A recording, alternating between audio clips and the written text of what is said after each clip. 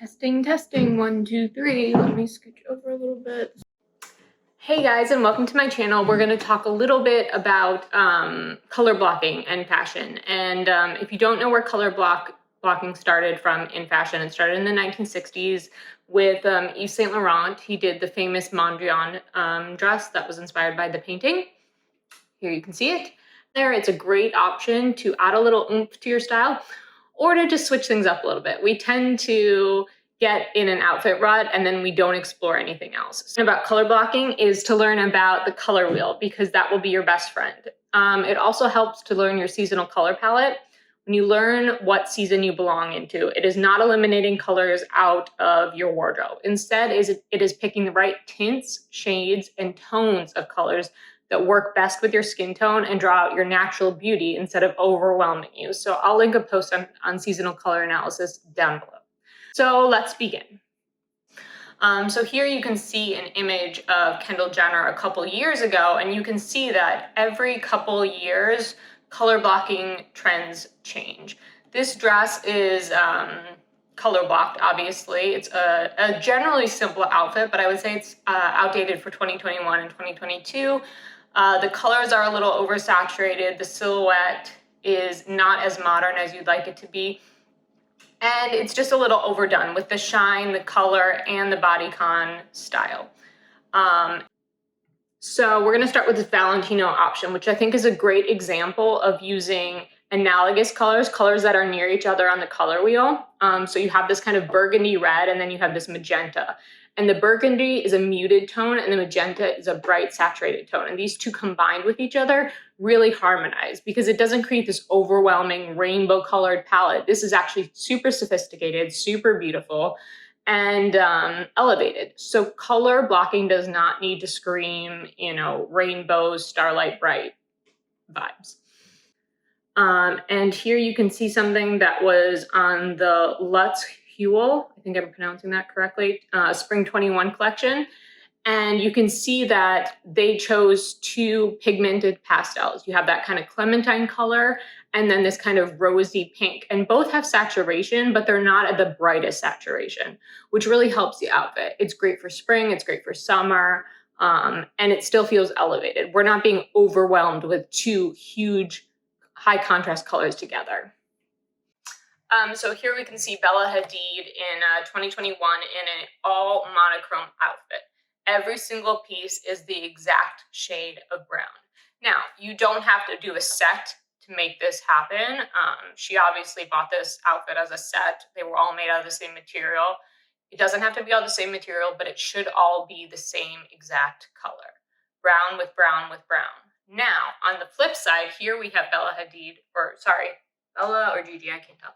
I think it's Bella. Here we have Bella Hadid in a tonal outfit.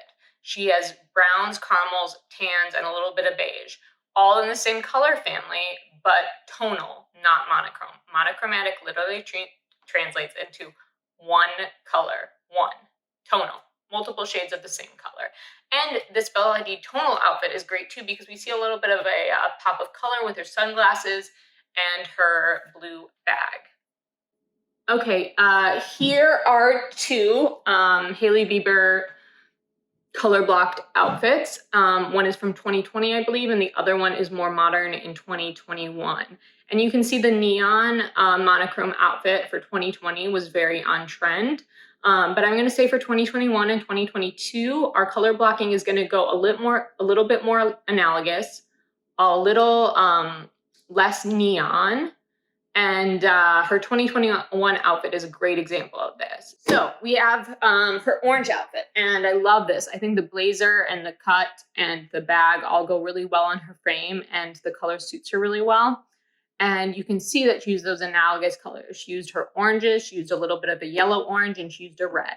And all three of those pieces really work well together with her tan skin right now. Whereas the neon outfit in 2020, that color overwhelms her a little bit. I like the shape of the outfit, but the color for her skin tone, it makes her look more washed out. And the color is kind of wearing her instead of her wearing the color. You don't get to see her natural beauty with that. So let's move on to some great Brandon Maxwell examples from this year of color blocking. Here we have two options, and they both use duotone, which is just consisting of two colors that have some contrast to them. The olive and the chartreuse is a great option if you prefer some muted tones within your color blocking. And then you can also use two very strong colors, like as we can see in the orange and red ensemble. Now, why do these outfits work? Well, first, they work really well with each model's skin tone, and also they're very simple silhouettes. They're long vertical silhouettes. There's not a lot of accessories and loud statement earrings or anything that's like adding too much emphasis. The emphasis is on the colors. If these outfits were in black, they wouldn't be nearly as interesting as they are.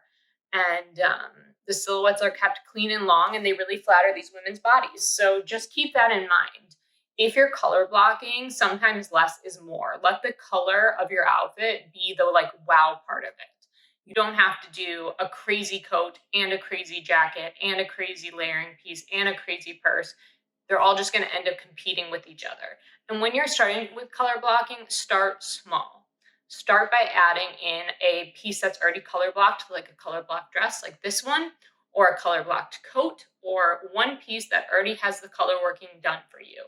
And then integrate slowly more color into more pieces. Eventually you can do outfits like this, like the Brandon Maxwell ones, where you're pulling different colors in different pieces and doing the actual blocking yourself. But if you're just starting out, buying a piece that's already color blocked is going to save you a lot of time, as long as it's form flattering. Here's a fun example because I believe this photo is 1 or 2 years old, but the outfits now, they were on influencers or style icons, so they're probably more ahead than the average public in terms of style. But this is a great example of how color blocking can be timeless if you do what works for you. And color blocking, maybe not timeless, but has a longer shelf life than some of the other trends. And these pieces all really integrate interesting uses of color block. So with the yellow sweater, it has a lot of texture, it has a lot of shape to it, and she paired it with pink pants. But the pink pants have this pattern to them, and it's a vintage kind of floral pattern. And this is a bold outfit, but it also doesn't feel overwhelming. It has a vibe to it, it's proportionally balanced, and it has interest to it. So we're not just overwhelmed with color. We also our eye also has other things to digest, like the texture, like the print. So while this wouldn't be your first try at color blocking, if you're really into color and print, this is a great example of how it works. And similar to the other two outfits, with the green outfit, we have these solid darker green pants, and then with the printed sweater, we have different blocks of color and pattern, and all of this together creates a really nice cohesive look. But notice all their accessories, fairly simple. They let the color and the print take center stage. And then we have this girl with the pink jacket and orange pants, and that's a great example of two really bright colors. Both have textures to them to make them interesting and make your outfit have depth, but they're not overwhelming. I would not add anything more to this outfit. You don't need statement earrings, you don't need a headband, you don't need anything else. Let the color be the center stage, and then supplement it with different textures, different prints as you progress in your color blocking journey. Okay, let's look at a couple other photos. Okay, so here's Miu Miu, and obviously I love their company, and I think this is a beautiful outfit. As a fashion designer, I'm obsessed with it. As a person who might wear it out in the real world, I'm going to say it's a no. The three colors are all a little bit too vibrant for me. Yes, they're analogous, but the bright red shoe with the bright yellow skirt, first of all, that's giving me a little bit of a McDonald's vibe. Be careful with that. Sometimes primary colors or complementary colors can look great with each other, but you want to balance it out. And you want to be aware of any cultural references that you might be mimicking, i.e. this Miu Miu look is giving me a little bit of a McDonald's vibe with those yellow and red shades. But ultimately, I think these pieces are all great examples of pieces you could color block with. I would probably take that orange shirt, pair it with a pair of jeans and the red heels, and then you have a perfectly color blocked look that is more everyday appropriate. Obviously, Miu Miu on the runway isn't trying to be everyday, but we're trying to integrate color blocking into our everyday. So just be wary with that. Take inspiration from the runway and tweak it to a more modified style for you. Here's a great example of that. Let me find it. Okay, so here we have Emily Ratajkowski. Now, this is not a loud color blocked look. The blue is jean, so it's more, let's say, fashionably accessible. The yellow blocks make yellow boots make a statement, and take up enough of her outfit that it would be considered color blocking, in my opinion. And she has some neutrals in there. Her neutral tank or bodysuit and her belt are all great options to help define her body line, but this is still color blocked. We have 3 separate spaces of color. And one of those is a neutral to balance the other 2 out. And I think this looks great on her. So don't be afraid to start small and evolve. And she's also known for doing some great monochrome outfits in sets. So don't be afraid of that either. Okay, so let's just go over the different types of color blocking really fast. First, we have duotone color blocking, which is here. Next, we have complementary color blocking, which can be more difficult, but you got to know the color wheel to differentiate between these types of things. Next, we have tonal, which is this. Then we have monochromatic, which is a variation of color blocking. Then we have triadic or 3 color blocking, which is something like this. Now, just to recap, color blocking, great way to get out of a style rut, great way to mark a special occasion, great way to integrate a little bit more interest to your basic closet or your everyday looks. Okay, so let's go over a few style tips. Neutrals can help your outfits have some more balance, and they shouldn't be avoided in a color blocking outfit, especially if you're in the beginning of your color blocking journey. You also want to make sure you kind of have some balance between light and dark pieces or muted and saturated tones if you're just starting out.